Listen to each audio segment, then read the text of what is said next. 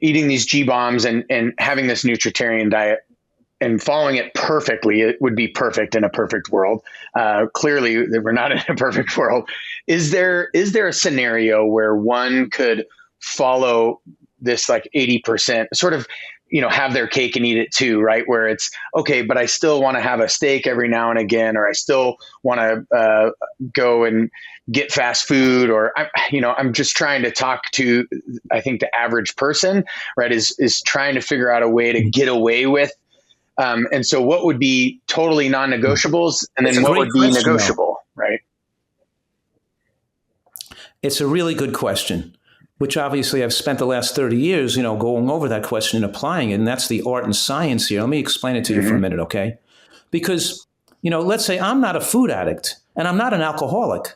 I can go and have a drink once a month if I wanted to. I don't want to, but if I did, it wouldn't really hurt me to have a drink once a month. It's just once a month. Unless it triggered me to keep drinking, then it would cause a lot of problems. I can have go out and have a rack of lamb if I wanted to once a month. It's not going to kill me because it's not going to induce me to have meat every night of the week for the next 2 weeks. But so many overweight people can't. We know from experience, treating thousands of people, they can't have an occasional drink. They can't have an occasional bagel. They can't have an occasional pizza or French fry. It drives them into perverted nutritional binging.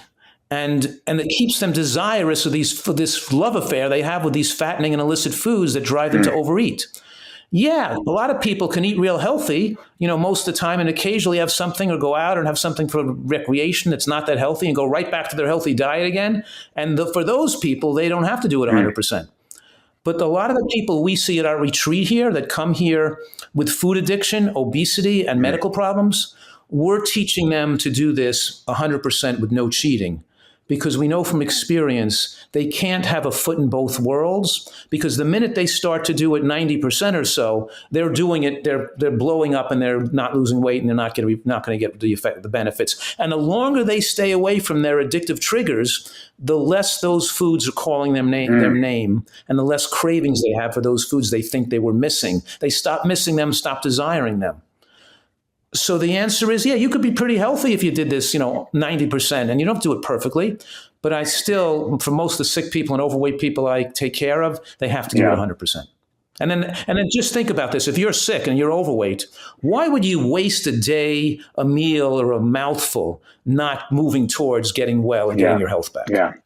Yeah, absolutely. It's sort of the law of entropy, right? Like if we're not actively externally working on improving it, then it's going to probably get worse, especially if history is our best judge. And clearly, there's a track record of just bad eating choices, right? And it's a track record of these people losing weight and getting their weight back again, and recidivism and yo-yoing their weight and going on and off diets. And that's why we really got to have an addictive model and treat their emotional well-being, the intellectual, yes, but also emotionally and practical of how to make this work for them. And that's why I become more strict in the way I'm dealing with them, of course. And I love that you are walking the talk as well, right? You're not an overweight, asthmatic, partier or something that's trying to get people to choose this nutrition diet or something like that, right? You're following it, and you're not young in age, but very young in activity. Like I watched some of the videos that we'll probably use to showcase this. And I mean, you're doing like basically not speed skating, but rollerblading, but at a really fast pace. You've got great mobility. You were doing ski jumps, right? All sorts of stuff that I think that average person that is your age, and I won't share it unless you want me to share it, but that's, you can share my age. I'll be 68 in a couple of months. So the average 67-year-old, right, is definitely not pursuing any of these activities. If anything, probably trying to stay away from most of those activities because they're afraid that they're going to get hurt. Their coordination is down. Their mobility isn't there. They don't have strength. They don't have stamina. Right? All of the things that are necessary. Strong bones are not there. And so you're a walking and talking result of this, where you've demonstrated clearly that this diet isn't robbing you of essentials that you would need to maintain strong bone health, for instance, or maintain enough lean body mass. What about the person that's trying to gain, like we have people that really want to gain a lot of strength and a lot of muscle. What about that person? Is this diet, can it still help them on that journey? Or is there, replacement needs for macronutrients and total calories if their goal is to gain? That's also a really great question, because it's really important to understand this. Because what is your goal? Is your goal to live to be fit and active to 100 years old? Or is your goal to be as big as you, strong as you possibly can? Because if your goal is to be as big and strong as you possibly can, you're not going to get to be 100 years old. Because you have to eat excessive calories to get as large as you possibly can. That's why the people with the shortest lifespan in North America are linebackers on football teams. The Nash study, they were the most short-lived people of any profession. That doesn't mean the tennis players were one of the longest-lived athletes.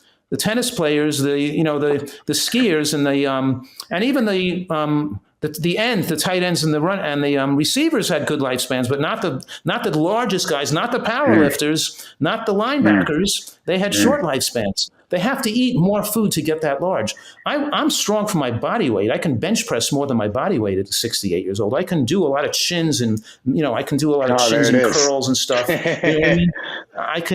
I can do, and I can still ski and play tennis and do moguls all day long. And I can still I feel as strong and fit as I was in my 20s and 30s.